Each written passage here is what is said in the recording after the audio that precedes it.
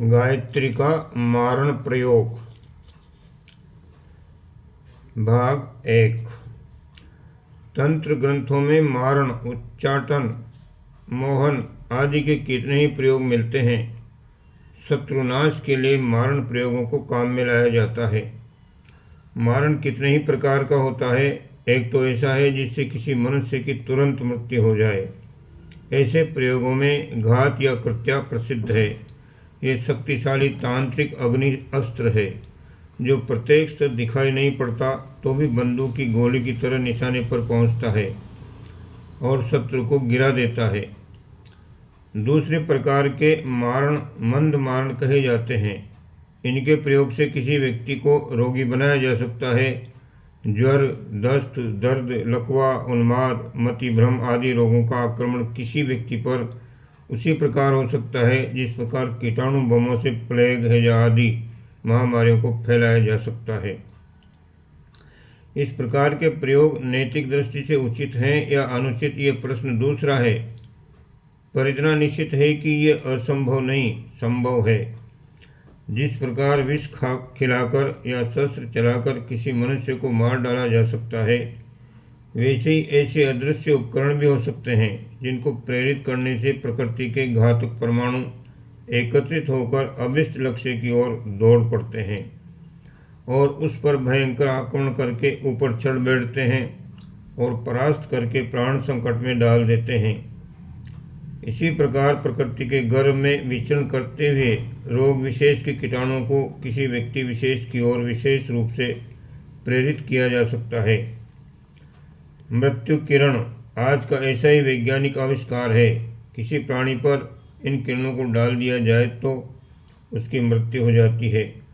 प्रत्यक्ष देखने में उस व्यक्ति को किसी प्रकार का घाव आदि नहीं होता, पर अदृश्य मार्ग से उसके भीतर अवयवों पर ऐसा सूक्ष्म प्रभाव होता है कि उस प्रहार से उसका प्राणांत हो ही जाता है। यदि वह आघात हल्के दर्जे का हुआ तो उससे मृत्यु तो नहीं होती, पर मृत्यु तुल्य कष्ट देने वाले या घुला घुला कर मार डालने वाले रोग पैदा हो जाते हैं। साप देने की विद्या प्राचीन काल में अनेक लोगों को ज्ञात थी। जिसे श्राप दिया जाता था उसका बड़ा अनिष्ट होता था। श्राप देने वाला अपनी आत्मिक शक्तियों को एकत्रित करके एक विशेष विधि व्यवस्था के साथ जिसके ऊपर उनका प्रहार करता था उसका वैसा ही अनिष्ट हो जाता था जैसा कि श्राप देने वाला चाहता था। तांत्रिक अभिचारों द्वारा भी इस प्रकार के दूसरों का अनिष्ट हो सकता है, परंतु ध्यान रखने की बात यह है कि इस प्रकार के प्रयोगों के प्रयोगकर्ता की शक्ति भी कम नष्ट नहीं होती। बालक के प्रसव करने के उपरांत माता बिल्कुल निर्बल निःशक्त हो जाती है। किसी को काटने के बाद सांप निस्तेज, हतवीर्य और शक्ति रहित हो जाता है। मारण उच्चाटन के विचार करने वाले लोगों की शक्तियाँ भी काफ़ी परिणाम में खर्च हो जाती हैं और उसकी क्षतिपूर्ति के लिए उन्हें असाधारण प्रयोग करने पड़ते हैं।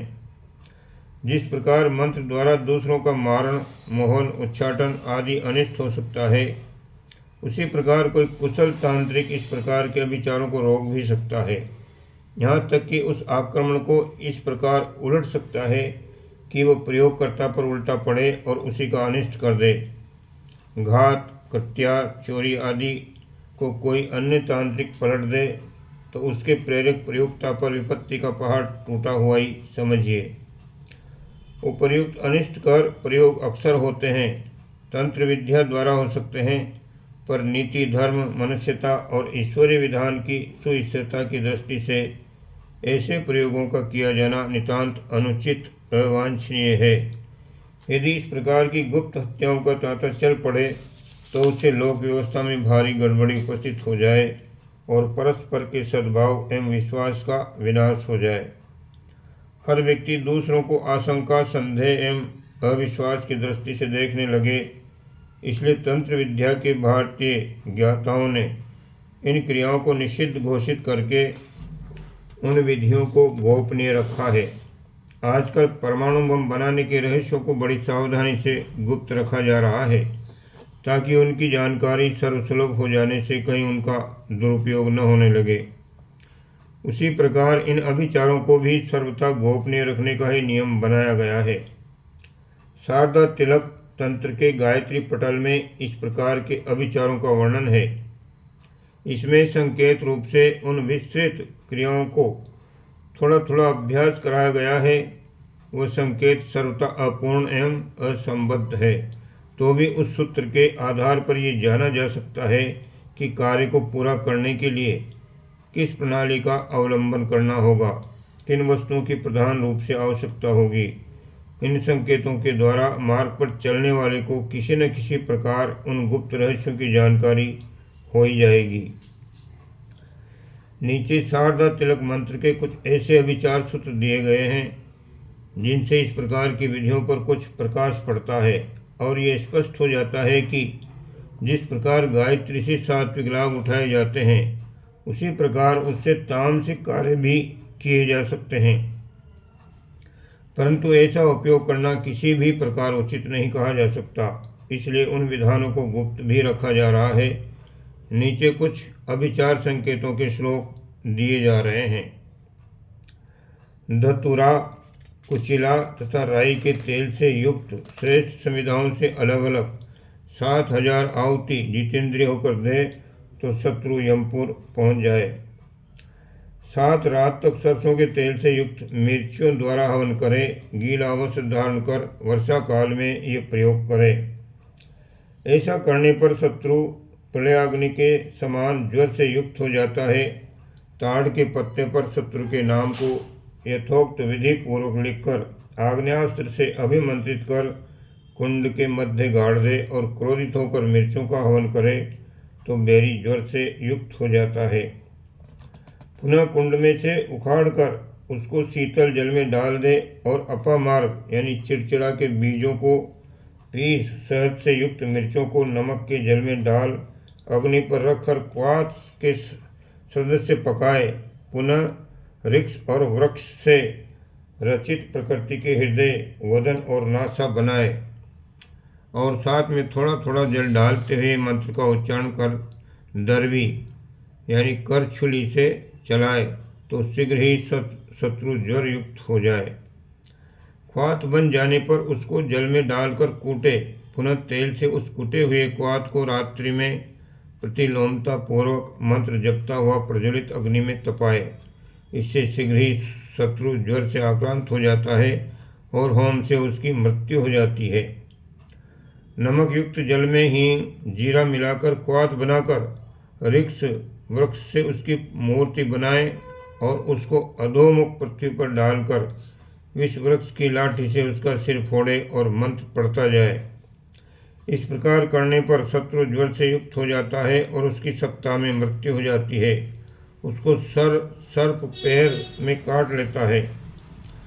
दूसरी विधि यह है कि मूर्ति को तेल से चुपड़कर मिर्चों के साथ जलाकर उसका नीचे को मुख कर उष्ण जल से सूर्य का तर्पण करे तो शत्रु की शीघ्र मृत्यु हो जाती है।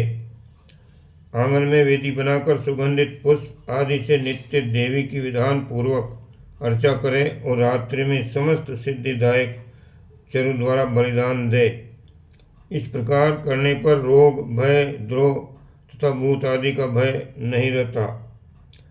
मनोहर सुगंधित पुष्पों द्वारा अग्नि की पूजा कर अग्नि के समक्ष अनन्य बुद्धि द्वारा मंत्र का जाप करे।